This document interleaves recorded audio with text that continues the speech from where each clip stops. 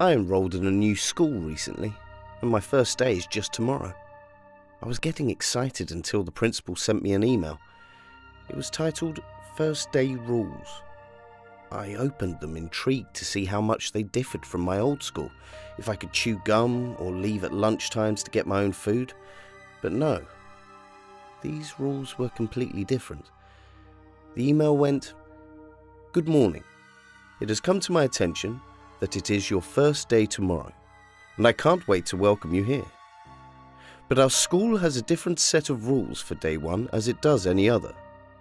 Do not try to use a map to find your classes. You will get lost. Instead, follow the student in the green hat. He is your guide for the day. The student in the green hat will never talk to you, and you should never talk to him if you want to make it past this day. You don't want to know what happened to the last outgoing student. You are fine to talk to any other students, but if they try to talk to you about the tomorrow, run. Do not trust your eyes. If you see something odd in your peripheral vision, then it isn't actually there. If the walls start to bleed, notify the janitor. He can be found next to the grandfather clock. When in class, sometimes the teacher might tell you to wait on them outside. Take your stuff and walk out. But if the hallway seems off, go to the classroom next door because you didn't follow Rule 1 properly. Hopefully, after you have changed classrooms, you will be fine. But sadly, the majority of time you still aren't. The only way to guarantee safety is to check the clock on the wall. If it has the numbers 1 to 12 on it, then you're fine. But if it has any different array of numbers, then inform the teacher, and if you are lucky, they will change the clock. Lunch will be served as a nice hot soup and a chocolate bar. But when you sit down, it will change. No matter what it changes to, if you value your eyesight, eat it all before lunch ends. As soon as 8th period starts, you want to run from the student with the green hat. This period is a game of hide and seek. He will give you a 5-minute head start, and you don't want to find out what happens if you lose. As soon as the final bell rings, do not rush to the same door you used to get into the building. Instead, find the nearest window and jump out. No matter the height, you will probably be fine. If you follow these rules, then you will be safe to come in for a normal day too. Remember, I am not in on the first day, so do not trust anyone who claims to be me, and do not show anyone these rules. Good luck. I couldn't get to sleep that night. I thought about telling my parents, but I didn't want to know what happened if I disobeyed the rules. I thought of emailing the principal back, asking if this was some sort of sick joke, but at this point, I was too tired and managed to grab a couple of hours sleep. I woke up to my dad shouting for me. I slept through my alarm and only had 20 minutes to get ready. I showered, brushed my teeth, got dressed and ate my breakfast just in time for the school bus to arrive. I got on the bus, put my headphones in and kept to myself on the way to school. Everything seemed normal for now. I got off a surprisingly quick bus journey for the distance and walked to the gate. I took a step inside and felt a shiver run down my spine. This is it, I thought to myself as I walked inside the halls. Then I saw him. The man with the green hat. I knew the principal wasn't joking now.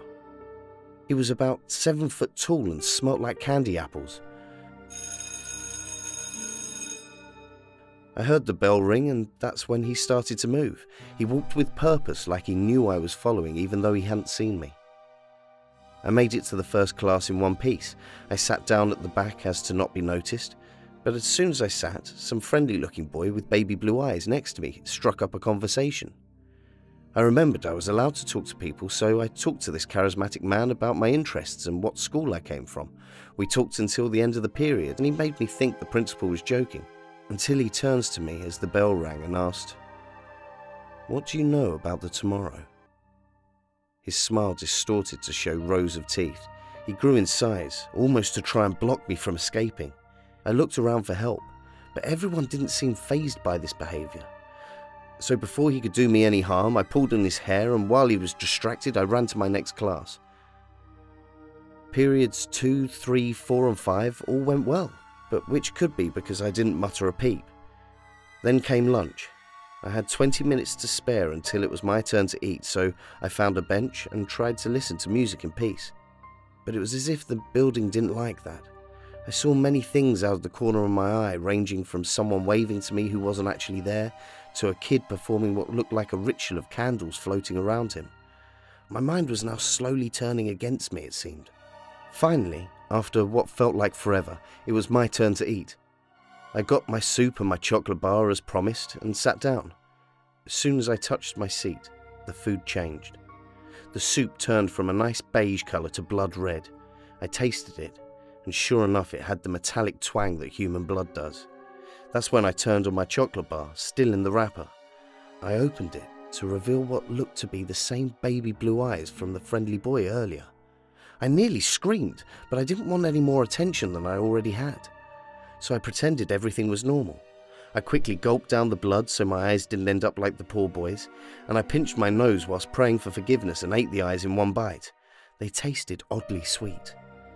I then put my tray away and waited for the bell while struggling to process what had just happened. When the bell chimed to signal the next period, I couldn't find the man with the green hat anywhere. I asked many people, all of them claiming they had no clue what I was talking about. So I ran. I had to leave what could be my life up to chance that I picked the right door. I ran through the hallway until I thought I saw a thing of green through the door. I ran in and sat down, silently praying I got the right class. We got 10 minutes through the class with my guards slowly lowering until I was apparently being disruptive and got asked to see the teacher outside. So I packed my bag, walked outside and looked around. Everything seemed normal until I noticed the roof was slowly closing in. I rubbed my eyes thinking they were playing tricks on me, but they weren't. So I ran until I saw a door. I barged in and the whole class looked at me. I stared at the nearest clock. I counted from 1 to 12 and let out a sigh of relief, knowing I was safer now. Finally, it came to period 7. I was still shaking. I followed a nameless man to the next class, and it went by in a flash. I thought I was in the clear until I remembered rule number 9. I had to hide, and quickly. I found the toilets and looked for anything to help. I saw some vents, so I opened it up and popped in. I crawled until I saw the main hallway underneath. I had made it about halfway through this game until I saw red liquid starting to pour out of the walls. It was slowly filling up the corridors, yet no one seemed to notice. I looked around and saw the old, almost falling apart grandfather clock with an old man standing next to it. I had to sacrifice my hiding spot to tell him, but the halls were already ankle deep in blood, so I popped open the hatch and slowly found my way down. I saw the corridor he was in and quickly looked from side to side to see if I was clear. I ran down the hallway with my feet drenched in blood. I got to him and notified him of the problem. He thanked me. I went to his closet to pick some items up. But I'd made too much noise on this expedition. I knew I didn't have much time to hide. That's when I heard it. Started off with faint footsteps, but eventually turned into a full-on sprint with heavy breathing. It was him. The 7-foot-tall monster of a man. I should have run quicker, but instead I was intrigued by his features. He had pitch black eyes and holes where his nose and ears should be. What freaked me out most was when I looked where his mouth should be. But instead there was a patch of smooth skin like his lips had been sewn together.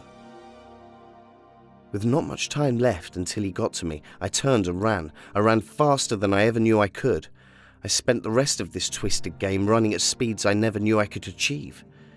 I took a right, a left and another right until I saw a door leading to a class I could hide in. I ran down and tried to open the door. It wasn't a push or a pull. I turned around quickly to run back and I saw him blocking the exit. He slowly walked over to me, every step getting louder and louder. He was taking his time as if to taunt me. I screamed for help, but no one could hear me. That's when the bell rang. I cried tears of joy to have survived this horrid day. I ran to the doors marked exit, slammed them open and jumped down the stairs. I ran as fast as I could to get to the gates, but then they slammed shut. I turned around confused to see the principal. I went up to him and asked, "What's happening?" It was then that my body froze in place, and I remembered rule number 10. I'd failed. I asked him what was going to happen to me. He failed to give me an answer, but I saw a shortened man with a green hat on. He came up to me and thanked me for freeing him. I was confused, until I started growing. I grew until I was 7 foot tall, and I felt my nose and ears cave in on themselves and my mouth seal over. It was then that the principal finally talked. He muttered, "It is your turn now," while placing a green baseball hat on my head. I am able to regain consciousness over this body sometimes, but I'm rarely able to control it for more than 5 minutes. And I'm now spending most of my life in the back seat of my own body, waiting for another poor soul to apply to this school. Thank you for watching this video. If you want to support this channel, we have a link in the description for that. Don't forget to give a subscribe, a like, and press the bell to get notifications. Tell us your thoughts in the comments section. You can also send us your real or fictional horror stories.